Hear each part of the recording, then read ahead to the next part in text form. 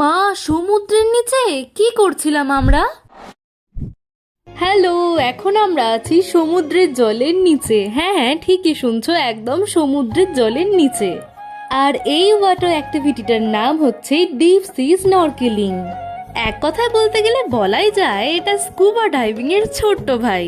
Scuba diving হয় আর একটু deep সিতে। আমি আর শুভঙ্কর দুজনের মধ্যে কেউই সাঁতার একদম জানি না, তাই জন্য আমরা ভয় পাচ্ছিলাম, আর ওই জন্যই স্নরকেলিংটাকে আমরা চয়েস করেছিলাম। আর এই অ্যাক্টিভিটিটা তোমরা তখনই করতে পারবে যখন তোমাদের শরীরটা থাকবে একদম ফিট, আর সেই সমস্ত রুল রেগুলেশন ওখানের সেন্টার থেকে তোমাদেরকে বলে দেওয়া হবে। যে কোনো ওয়াটার অ্যাক্টিভিটিস করার আগে তোমরা খুব ভালো করে দেখে নেবে যে তোমাদের গাইড কতখানি অভিজ্ঞ ব্যক্তি, না হলে যে কোনো দুর্ঘটনা ঘটার সম্ভাবনা থাকতেই পারে। তবে ভয় পাওয়ার কোনো কারণ নেই, নিজেকে একদম রিল্যাক্স রাখবে আর তোমাদের গাইডের কথা পুঙ্খানুপুঙ্খভাবে শুনবে, তাহলেই তোমরা এই সমস্ত কিছু ওয়াটার অ্যাক্টিভিটিসে দারুণ এনজয় করতে পারবে, আমি একদম প্রমিস করছি।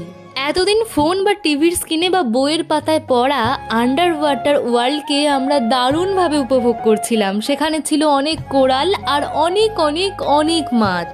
আর সব থেকে মজাদার এক্সপিরিয়েন্স হচ্ছে জলের মধ্যে ঘুরে বেড়ানোর রঙিন রঙিন মাছের গায়ে আমরা হাত দিয়েছি। হ্যাঁ হ্যাঁ, একদম ঠিক শুনছো, এটার অনুভূতি ভাষায় প্রকাশ করার মতো নয়।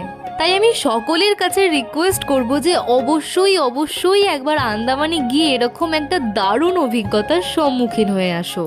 জীবনের একদম সেরা মুহূর্ত হয়ে থাকবে, যেমন আমাদের দুজনেরও হয়েছে, এবং আমরা ডিসাইড করেছি যে আমরা যদি আর কখনো আন্দামানে যাই, ভয়কে জয় করে এনজয় করব স্কুবা ডাইভিং।